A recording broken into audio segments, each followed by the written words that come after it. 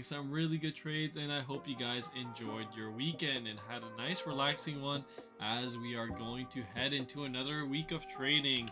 It is Sunday night right now, and we can see that Bitcoin is currently at 17,250. Not much movement over the weekend. Let's take a look here on Bitcoin. We'll get into my little bit of a trade right here that I have on 8cap. But right now, Bitcoin's not moving too much. We're getting some overnight action towards the upside. Pretty chill weekend. If we can get to around 17,600 to 17,500, I would be interested in getting into a little bit of a short on Bitcoin. But if we get some more upside and Bitcoin keeps moving, we could easily see us retest these levels right around 18,100 to 18,000 flat. We could definitely see the Bitcoin price get to these levels if this S&P 500 gets more upside. After all, we are at resistance right now on the S&P, but we could easily come back here and maybe come back and fill the gap right around 4,100. And if we do even see more upside than that, then your next level after that is going to be 4,200. Or basically, yeah, 4,200. I have right now 4,199, but yeah, it's gonna be 4,200. I could easily just pull this level up just a little bit higher there. There we go. Again, still having a nice level of confluence right here. We did get rejected right here, and we got rejected right there as well. So 4,100 and 4,200 are going to be the levels you're going to be looking at. You're going to be looking at for some potential short positions. If you guys want to chance a small long here, you know, obviously it wouldn't be a bad idea if you see some more upside in the markets. Again, the market wants to, if the market wants to be long, then obviously you want to be long as well. You know, follow the flow if you want. But for the time being, I'm in a little bit of a short position for the challenge trade, or the trading battle trade. The funds that they gave me around $10,000.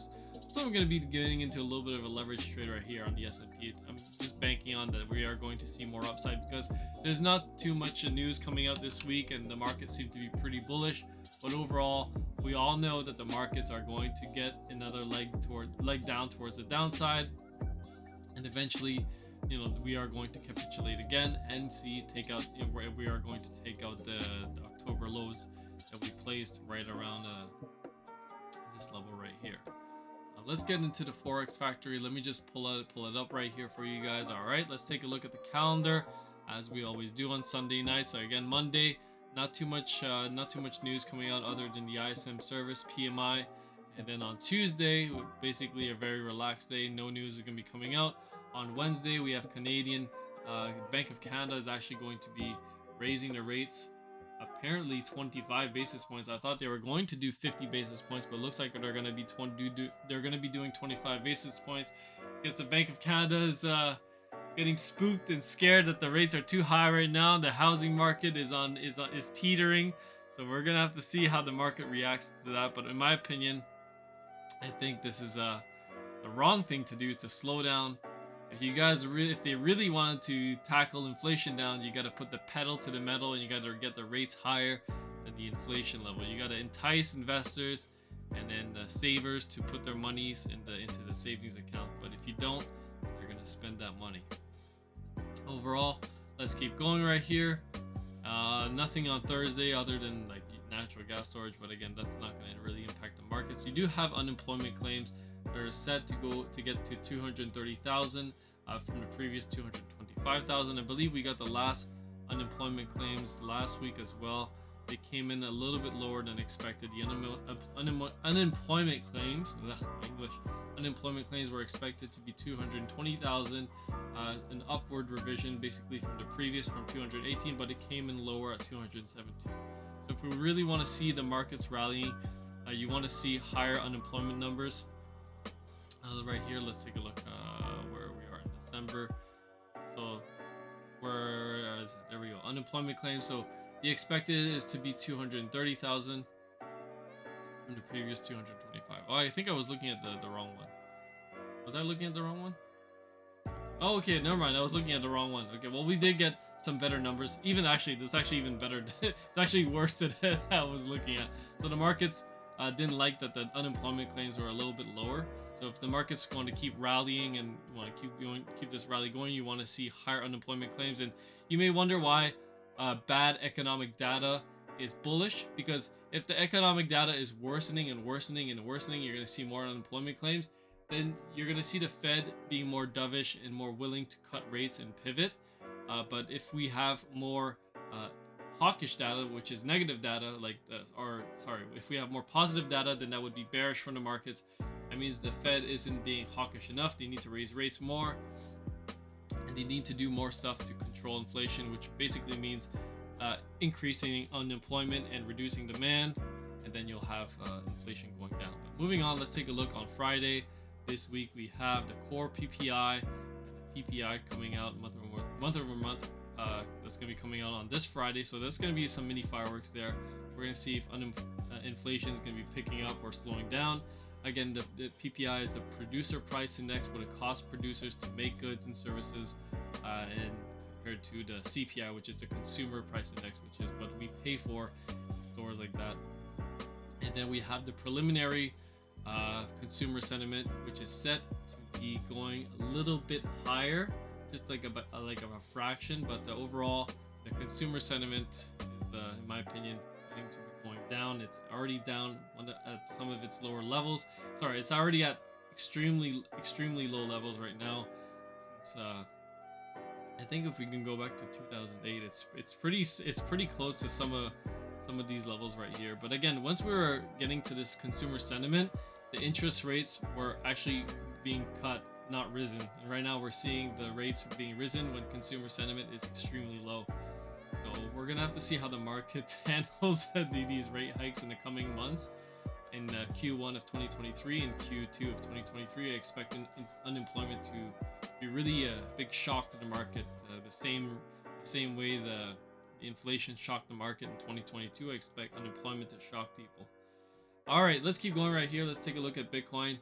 Basically, again, I already outlined the targets for you guys, but the markets keep pushing up. You could see some more upside in Bitcoin, and same thing for all these other altcoins as well.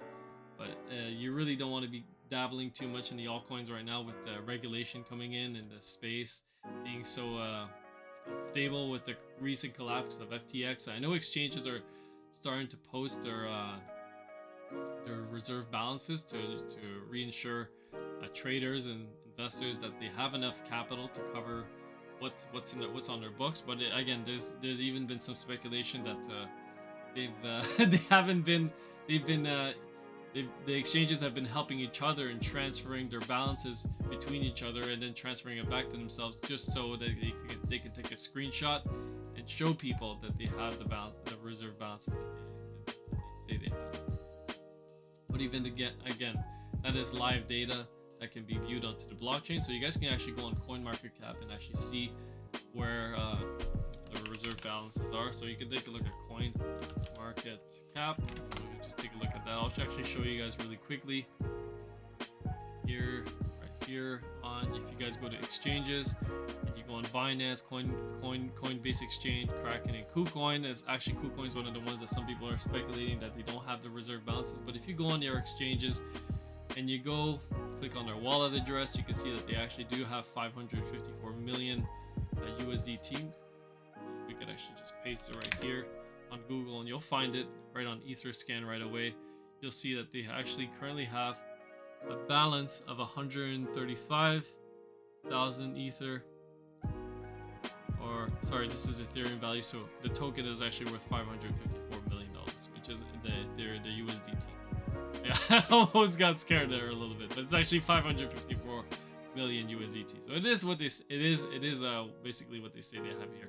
I guess there's like a $30 million difference. Maybe they just recently moved some funds, so this hasn't been updated. But yeah, you guys can view this 24/7. It's always available to you guys. It's on CoinMarketCap. You can take a look at which exchange.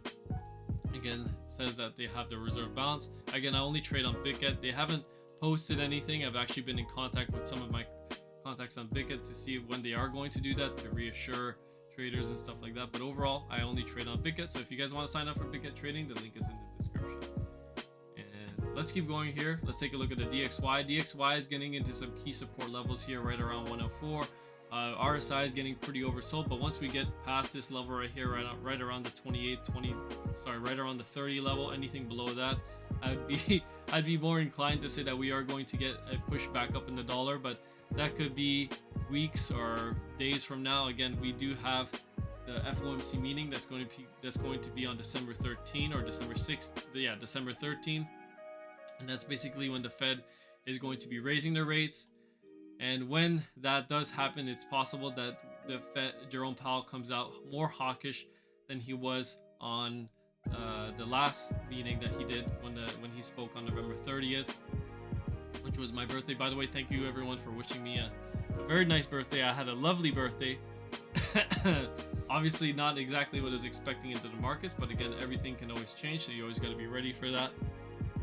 But overall, if Jerome Powell comes out more hawkish than expected, then the markets have been pricing in everything wrong again and getting more bullish and more bullish and more bullish. So there'd be a big knee-jerk reaction and a big reversal in the market. So just be wary for that. And again, you guys can take a look at the VIX being so oversold, which is not a very good sign for the bears, obviously. But again, we've seen very big reversals here when the VIX is extremely oversold. Just another thing to be paying attention to. But overall, doing very good on our gold investments as the DXY falls, which is something I've been talking about as well. For the long term, I think the dollar is going to fall through the floor eventually, and you guys can see that our gold investments and our silver investments are going to be paying off very, very handsomely.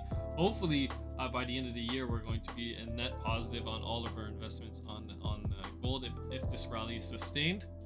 But overall, I think gold is a little bit overbought at this moment. I think it's a little bit overdone. I think it's going to be coming into some pretty heavy resistance right around here, right around 1873 or 1850. I think you're going to see some big resistance on gold.